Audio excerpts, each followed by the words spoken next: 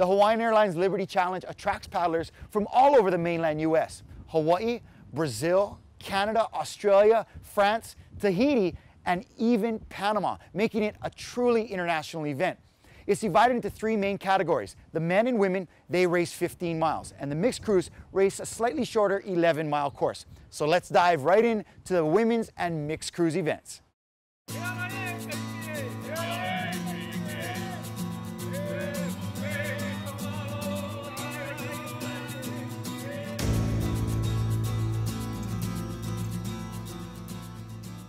So today we're here in New York City for the Hawaiian Airlines Liberty Challenge, where we have teams competing from around the world in an outrigger canoe race in the New York Harbor.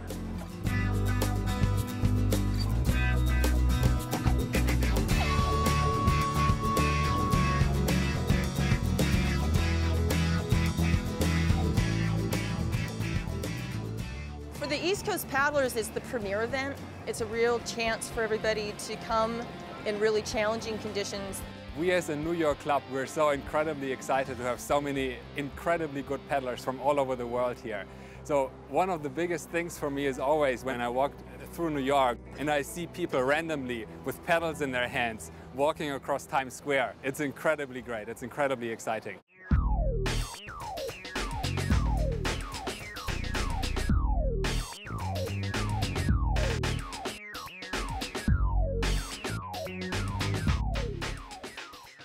People here have never seen an outrigger canoe before, so they just are inquisitive. So it's not uncommon for a large sailboat or a powerboat to just come zooming right in next to an outrigger, and they're in the middle of a race.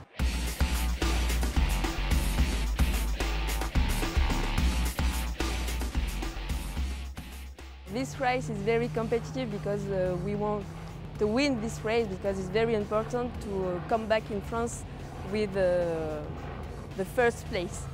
We want to have the first place, but I don't know, I hope.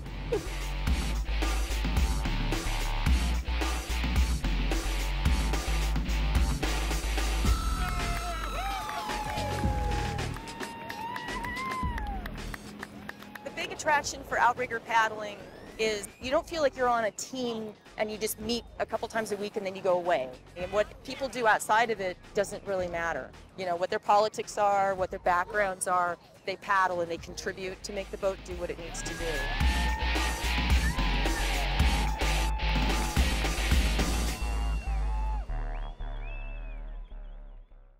Tensions are running high as crews from all over the globe are preparing to battle it out with race favorites, Team Primo from Hawaii.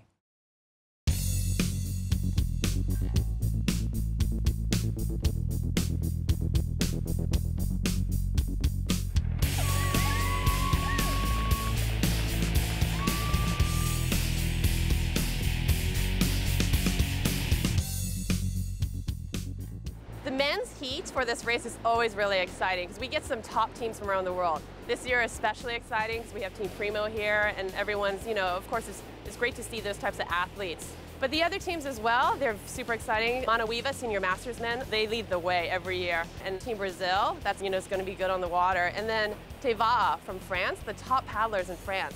There are pockets of really high-end athletes in Washington, Boston, New York City. So we're always looking at each other and marking up within our own East Coast Outrigger Racing Association. So when it brings people from Hawaii and Tahiti, it just takes it to a whole nother level.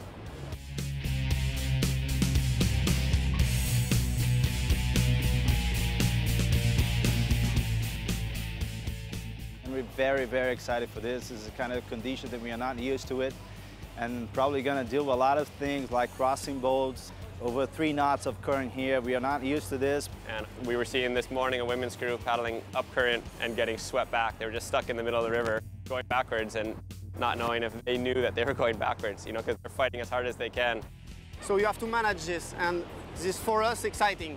It's a new style of paddling, because in France we have always waves, no currents, and no boat crossing the race.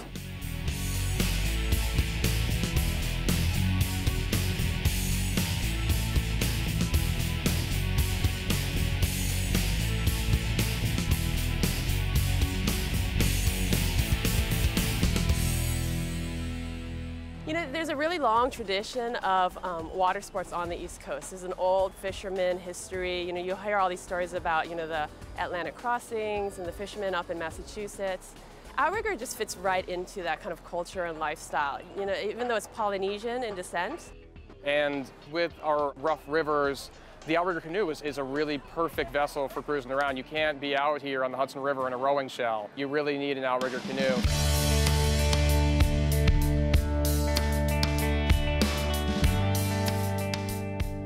The Hawaiian Airlines Liberty Challenge was amazing today.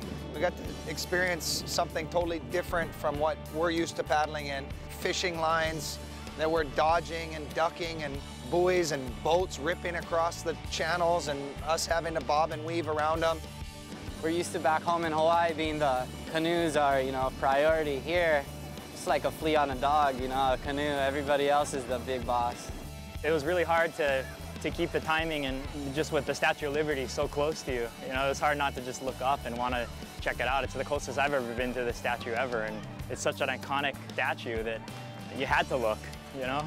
You're always told not to look out of the boat, but in this case, I guess it was okay. Oh, New York experience, there's only one place in the world like New York, so it's be able to come up here and spend a few days here and tie in a canoe race and see the sights and visit the memorial. Pretty awesome.